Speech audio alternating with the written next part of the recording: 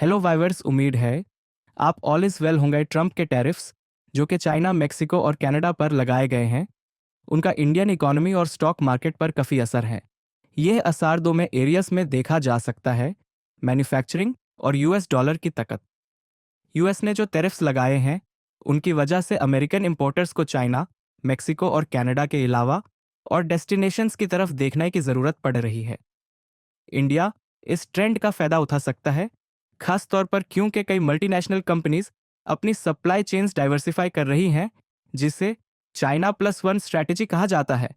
Mexico, जो कि US का सबसे बड़ा एक्सपोर्टर है, अब एक्सपेंसिव और रिस्की डेस्टिनेशन बन गया है, तो इंडिया को यूएस के मार्केट तक ज़्यादा एक्सेस मिल सकता है। लेकिन ये सिचुएशन बिल्कुल स्ट्रेट फॉरवर्ड नहीं है। ग्लोबल ट्रेड वॉर का खतरा बढ़ गया है, जो इंडिया के लिए मिक्स्ड रिजल्ट्स ला सकता है। एक तरफ ये अनसर्टेनिटी ग्लोबल सप्लाई चेन्स को डिसरप्ट कर सकती है, जो इन्फ्लेशनरी प्रेशर्स का सबब बन सकता है, क्योंकि इंडिया के कंपोनेंट्स के लिए अभी भी इंपोर्ट्स पर डिपेंडेंट है।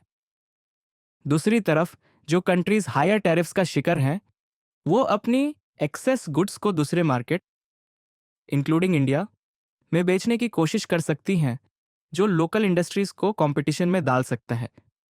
इसके अलावा ये ट्रेड टेंशंस इन्वेस्टमेंट डिसीजंस को स्लो कर सकती हैं, जो कि ऑलरेडी इंडिया के इकोनॉमिक ग्रोथ को हमपर कर रही हैं।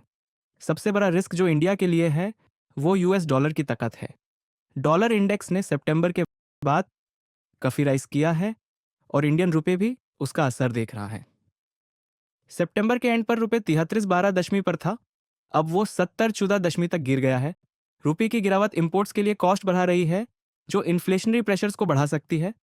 अगर रुपये वीक होता है तो इंडियन एक्सपोर्ट्स को कॉम्पिटिटिव एडवांटेज मिल सकता है, लेकिन नेट इफेक्ट इंपोर्ट्स और एक्सपोर्ट्स के बैलेंस पर डिपेंड करेगा और आरबीआई की रुपये को डिफेंड करने की एबिलिटी पर भी। ये सिचुएशन फॉरेन फंड इन्फ्लोस पर भी असर डाल रही। ऑन फॉरेन इन्वेस्टर्स ने इंडियन इक्विटी मार्केट्स से 1,80,00,000 करोड़ की सेल की है, लेकिन इंडियन डेट मार्केट्स में 1,01,30,700 करोड़ की परचेस की है। अगर डॉलर की ताकत बढ़ती रहती है तो और आउटफ्लोज हो सकते हैं। ट्रंप के पॉलिसीज जो कि इमिग्रेशन, टैरिफ्स और टैक्सेस को लेकर हैं, इन्फ्लेशन का सबब बन सकती हैं और यूएस की फेडरल रिजर्व को इंटरेस्ट रेट्स कम करने में मुश्किल आ सकती हैं, जो डॉलर डिनोमिनेटेड एसेट्स में ज़्यादा फ्लोस को ट्रिगर कर सकती हैं। ये सिनारियो इमर्जिंग मार्केट्स के लिए नेगेटिव है और इंडियन इक्विटीज पर भी प्रेशर डाल सकती है। फॉरेन इन्वेस्टर्स के निकालने के बावजूद इंडियन मार्केट्स काफ़ी हद तक रिटेल इन्वेस्टर्स के इंटरेस्ट की वजह से स्टेबल रही हैं। लेकिन जब फंडामेंटल्स वीक हो रहे हैं, अर्निंग्स ग्रोथ कम हो रही है और गवर्नमेंट के इन्वेस्टमेंट स्पेंड्स भी एक्सपेक्टेड लेवल पर नहीं है, तो मार्केट में चैलेंजेस आ सकते हैं। अगर स्टॉक्स की मोमेंटम डाउन हो तो वॉलेटिलिटी बढ़ सकती है और रिटेल पार्टिसिपेशन स्टॉक प्राइसेस को ड्राइव करेगा। जब तक कॉर्पोरेट अर्निंग्स रिकवरी ना करें, हाई वैल्यूएशंस को जस्टिफाई करना मुश्किल हो सकता है। सवाल यह है कि किस तरह डॉलर की ताकत इंडिया की इन्फ्लेशन और फॉरेन इन्वेस्टमेंट्स को लॉन्ग टर्म में अफेक्ट करेगी। क्या India global supply chains shift का पूरा फायदा उठा सकता है, या फिर कंपटीशन वाले मल्क लोअर कॉस्ट्स के साथ इस अपॉर्चुनिटी को डिल्यूट करेंगे।